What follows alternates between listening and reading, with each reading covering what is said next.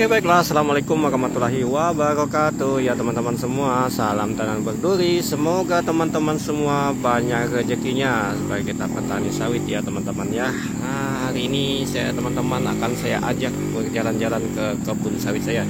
Ini kebun sawit saya yang lahan 4 hektar ya teman-teman. Nah, ini teman-teman bisa lihat kondisi bagaimana saya bisa sampai ke kebun saya ya teman-teman ya. Ini dengan lewadan sungai, ini kebun kalau bisa dilewatin kalau tidak banjir ya teman-teman. Kalau banjir kita paksa memutar lewat jalur yang lebih jauh, 2 kali lipat, 3 kali lipatnya lebih jauh daripada lewat sini ya teman-teman. Nah, ini banjir, kalau ini mana tidak banjir ya teman-teman. Nah, ini kondisinya seperti ini ya teman-teman, lewat jalur-jalur setapak, lewat orang tempat orang panen ya. Nah, ini katanya orang ya teman-teman, kalau kita turun sendiri ke kebun seperti ini bukan petani sukses katanya ya teman-teman. Itu kata si tukang teralis ya teman-teman, yang kita jelaskan beberapa kali tentang sawit tapi nggak paham-paham ya teman-teman.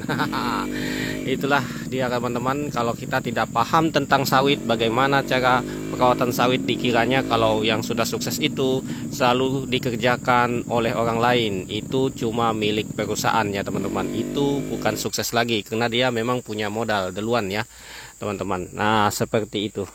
Nah, ini hari ini kita akan melakukan penyemprotan lagi teman-teman. Ini penyemprotan hari terakhir kita ya teman-teman ya. Nah, di hari terakhir ini kita spesial untuk penyemprotan sampai habis ya teman-teman.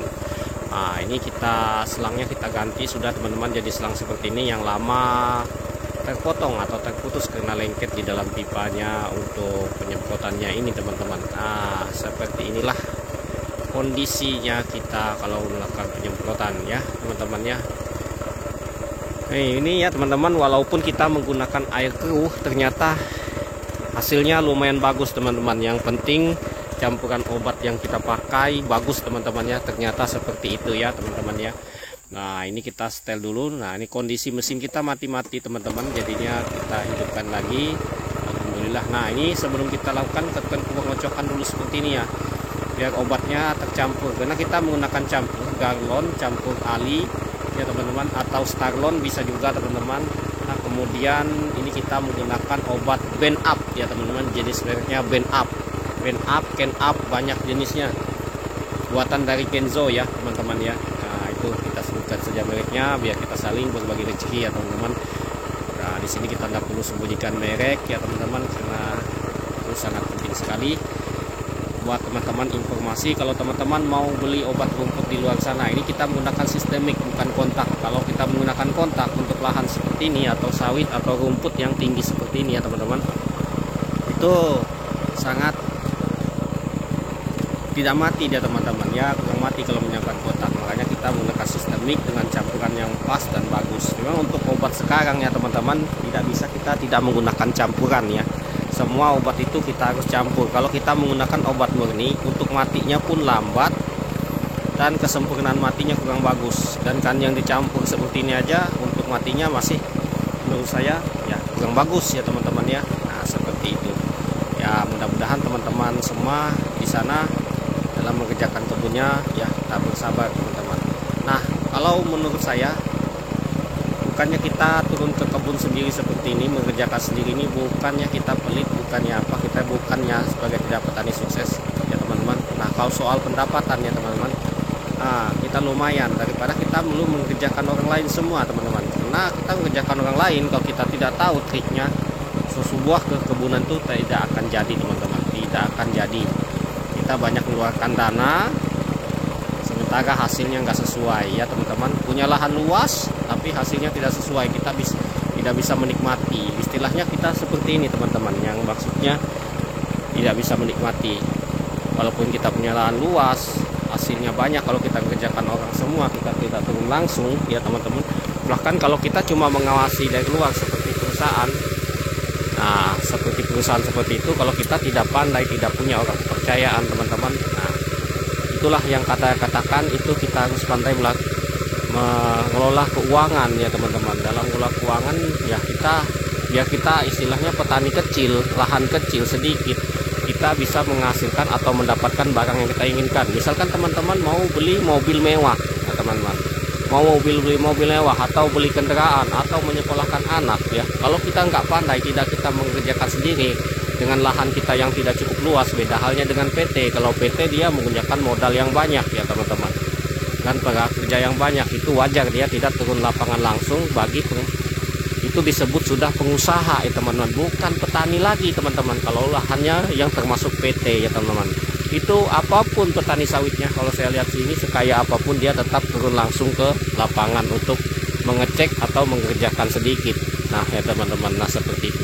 Nah terkadang kita penjelasan kita seperti ini, orang yang bukan petani sawit ya kadang nggak paham ya teman-teman ya.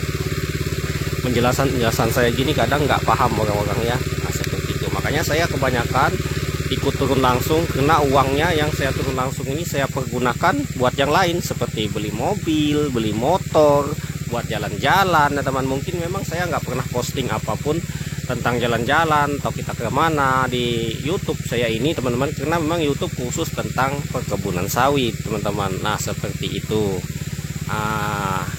Makanya dari itu ya mohon maaf kalau yang nggak paham atau yang tidak mengerti tentang sawit. Kalau yang sama-sama mengerti tentang sawit pasti paham, tapi kebanyakan yang kadang-kadang komen keras atau kasar itu biasanya orang yang bukan petani sawit teman-teman. Dia cuma sok tahu saja. Kalau yang biasa kita sebut itu pintar mulut daripada akalnya. Nah seperti itu. Makanya kita tentang petani sawit ini di sini kita saling share dan berbagi teman-teman ya. Nah kalau memang nanti tak sependapat atau apa macam ya, itu mohon maaf sebenarnya. Tapi cara kerja saya seperti ini teman-teman. Saya sudah praktekkan sendiri. Nah sistemnya seperti ini kalau mau diikuti. Tapi kalau untuk mengikuti ini ya harus teman-teman ya seperti itulah, harus pandai-pandai ya teman-teman, karena ini ada triknya sendiri. Karena cara saya kerja ini sangat merugikan sebenarnya teman-teman. Ini air dari semprotan atau uap semprotan ini terkena dari daun sawit. Biasanya sawit kecil biasanya mati teman-teman. Beda halnya dengan sawit liar. Kalau sawit unggul itu nggak tahan terhadap semprotan seperti ini, pasti kadang sering mati teman-teman. Ya jenis varietas unggul ini lemah ya teman-teman, terhadap penyakit ataupun apa macam. Kita sudah perlihatkan di lapangan sendiri ya, dia sangat lemah sekali. Beda halnya dengan yang sawit yang tumbuh liar ya, seperti itu teman-teman. Nah ini penyemprotan yang sangat tinggi ini aja sedikit kita sambung jadi 4 meter, jadi lebih 5 meter. Oh mantap sekali embunnya teman-teman, mulai banyak ya. Oh teman-teman lihat ya, tuh baru mulai mati ya teman-teman. Itu mungkin semingguan. Nah ini sudah 2 seminggu ya. Ini yang seminggu, nih yang sudah seminggu. Nah ini teman-teman, tidak saya sarankan untuk mengikuti cara penyemprotan yang saya